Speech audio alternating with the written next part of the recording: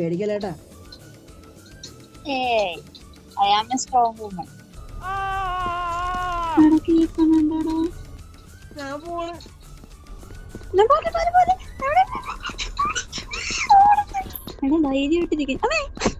Strong woman ആണെന്ന് ഞാൻ അല്ലെങ്കിൽ പിള്ളേച്ചൻ നുണ പറയുന്നതായിരിക്കും.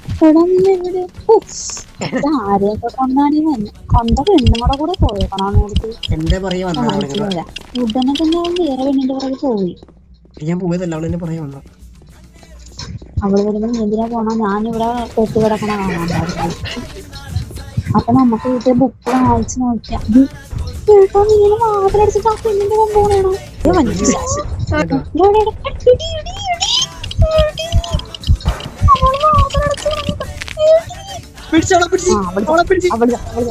അവള് എന്റെ കൂടെയാണ്.